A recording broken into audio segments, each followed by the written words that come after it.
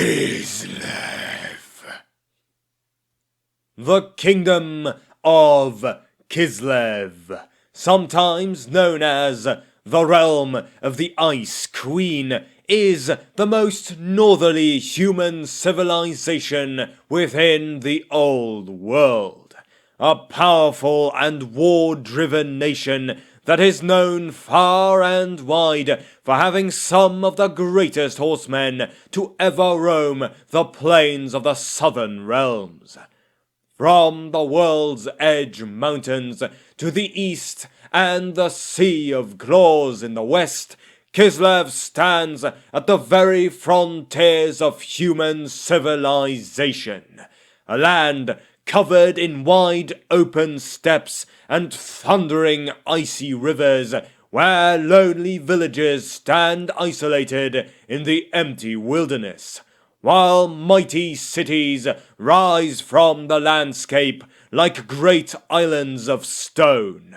The climate is harsh and unforgiving, and only the strongest, most determined people can survive here.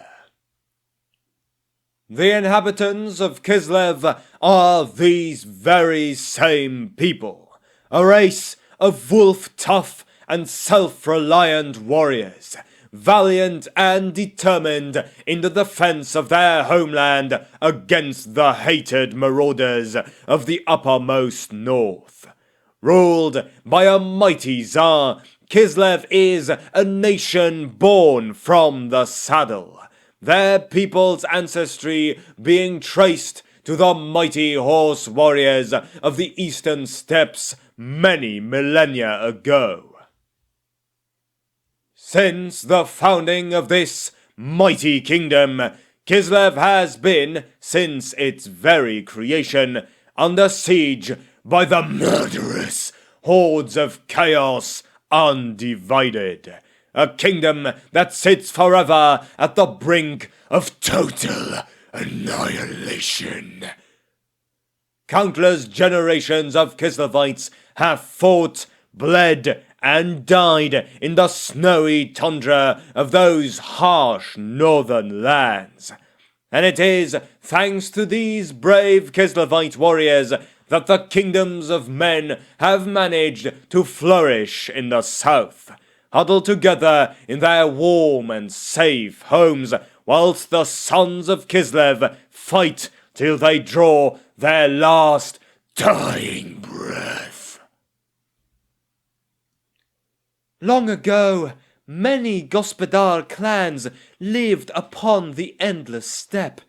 Like today, it was a vast province and was lashed with the terrible energies of chaos. The Gospodars were beset by all manner of foul foes, and the demon gods offered surcease from these attacks if the Gospodars would but bow their head in worship. But the Gospodars were stubborn. From Milica Lukadoch Gmelin, an ice witch. Since before its founding, the people that would found and rule Kislev were the ancient clans of the Gospodar, a mighty nomadic people of the eastern steppes and the descendants of the Scythians of old. They lived, drank, loved, and died like their forefathers before them, living out their lives in relative peace upon the open steppes. All that changed the day chaos began to flow like water onto the cold, harsh lands of the uppermost north, and foul foes and numberless beasts of all kind began to stalk and kill off their people. The mighty Gospodars and their former brethren and neighbours, the Hung and Kurgans, fought on against the wills of the Chaos Gods, for no sane human being would willingly give up their souls to damnation.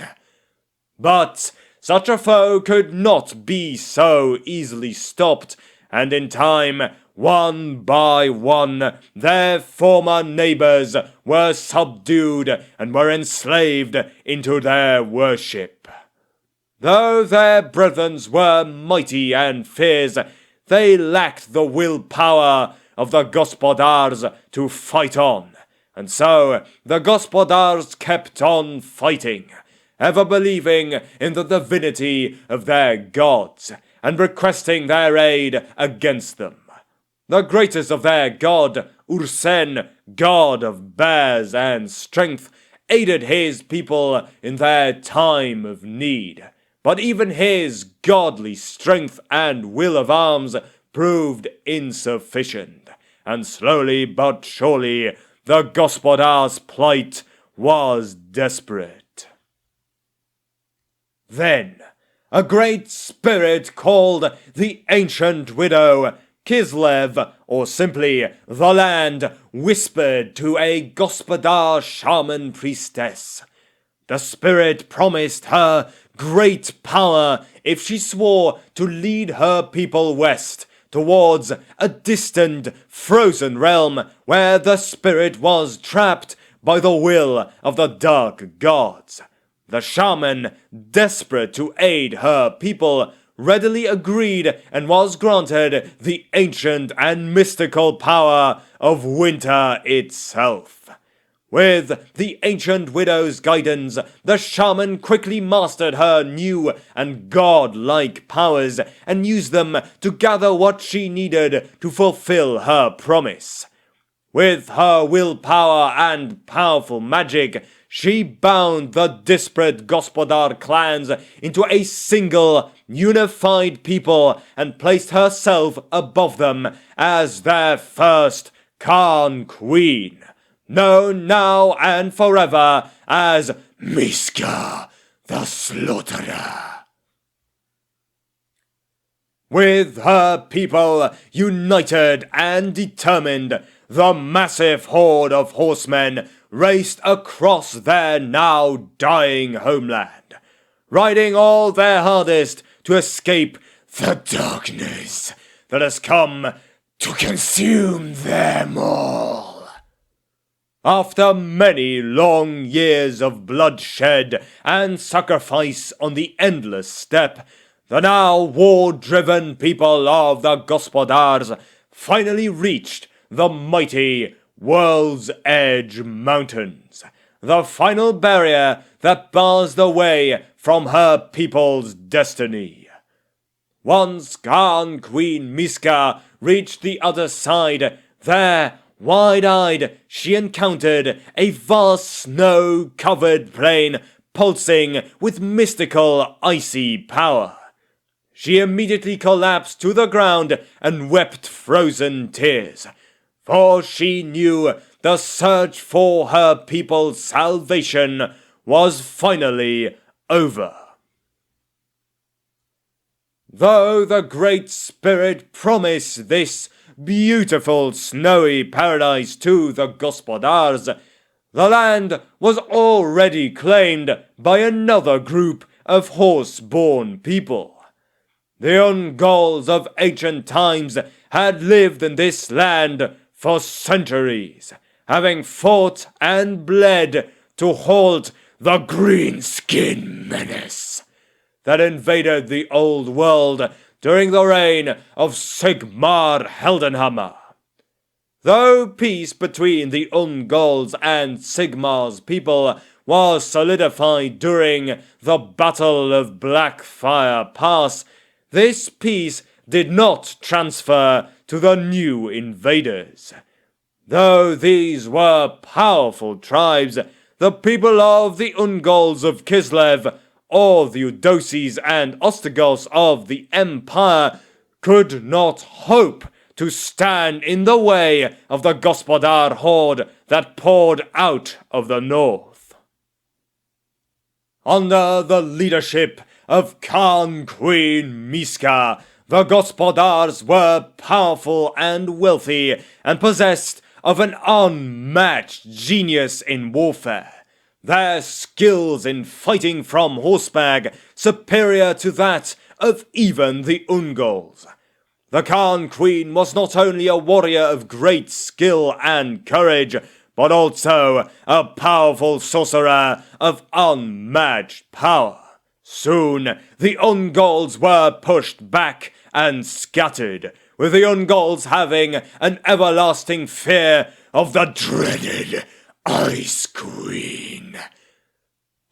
The Khan Queen continued her march of conquest against the Unggol tribes for several years, eventually leading her host towards the walls and gates of the Unggol bastion of Prague itself.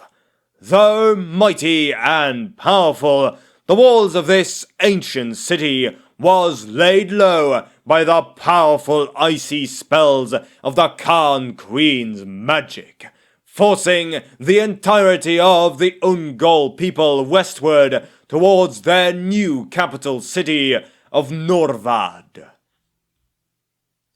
With the sudden dislocation of their native homeland, the Unggols migrated towards the northwest, forcing their way into Ropsmen territory. All previous alliances and treaties between these two people ended when Prague fell, and an Unggol army under the leadership of warlord Hethys Chark defeated a Ropsmen host led by their ruler King Vairan on the cliffs overlooking the Sea of Claws. With the death of their ruler, the Ropsmen tribes were scattered, and the Unggols claimed their former neighbors' lands and absorbed the remnants of this once great people. Not content to keep and cultivate the lands they have earned during their conquest, the Gospodar tribes began to further expand their territories westward until they came into conflict with the provinces of Ostland and Ostermark. Torn with strife and constant warfare during the age of the three emperors, the men of the empire were not strong enough to hold the advance of the Gospodar horsemen as they drove deep into unoccupied territory. Soon, much of the northern territories of Ostland was lost, until finally the Gospodars had to hold their advance at the edge of the Forest of Shadows. Though the lands the Gospodars claimed were won back by the military might of the imperial armies, the status and power of the Gospodars eventually made the empire consider their claims as a kingdom in its own right.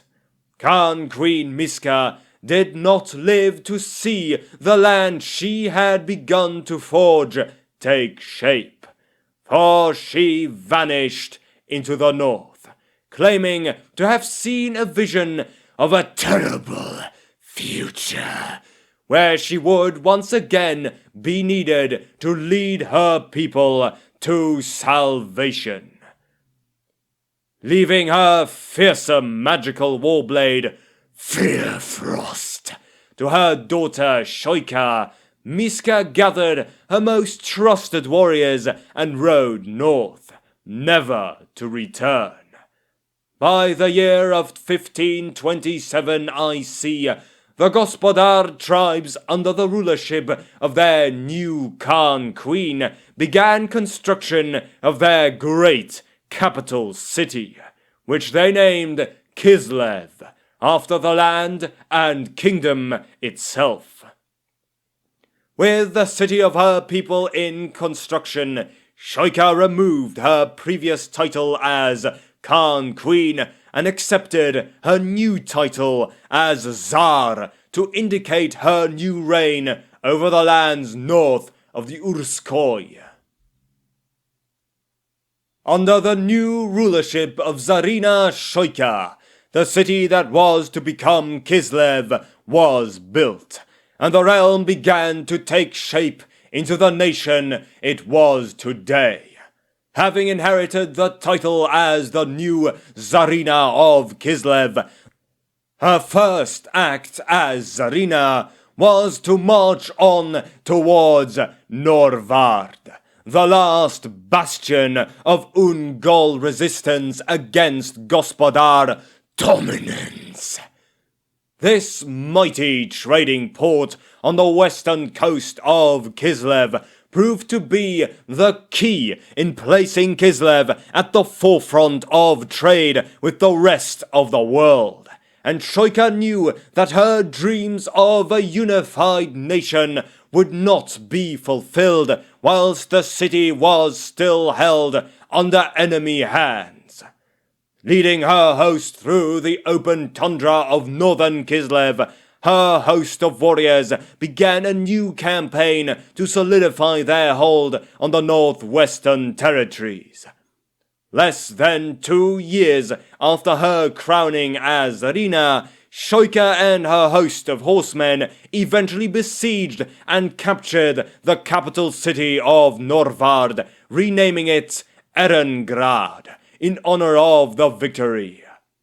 Those Ungols that survived the bloody siege fled to the north, where they were ruthlessly hunted, until finally their people had no choice but to accept the Gospodar's rule over the land and assimilate into Gospodar society. With this final act, the birth of their new nation was complete, and in recognition of this, the Gospodar people relinquished their former names and adopted the name of Kislevites, after the name of the land and their capital city. Within a few years, the settlements of Prague and Erengrad were rebuilt and began to grow in size once more. Prague grew rich and powerful due to the large influx of Ungols returning to their once beautiful city to start life anew under Kislevite rulership.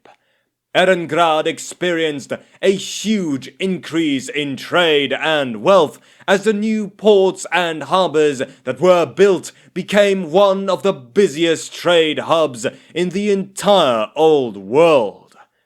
From here, the Kislevites were able to sail the Sea of Claws, trading and fighting with the Norse and the Imperials, as well as keeping the few remaining Ungol tribes that refused to submit to their rule in check.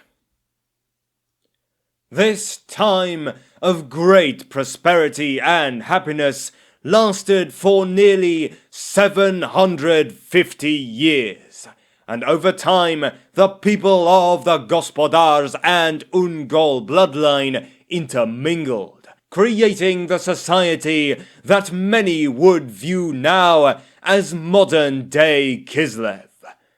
Though the Ungols and Gospodars now live in tranquil harmony, there is still a large division made between them that has shaped the way Kislev is structured. The ruling elite from whom the Tsar and Tsarinas hail are unsurprisingly all of Gospodar heritage, though the influence of their language and beliefs is more evident in the fertile south. Further north, however, where the lands become more barren and the horse tribes still hold sway, there has been a resurgence in the old ways of life before the coming of the Gospodars. In fact, Prague has been reclaimed in large part by the old Ungol nobility and, in many ways, is a separate power unto itself in the far north. To be continued.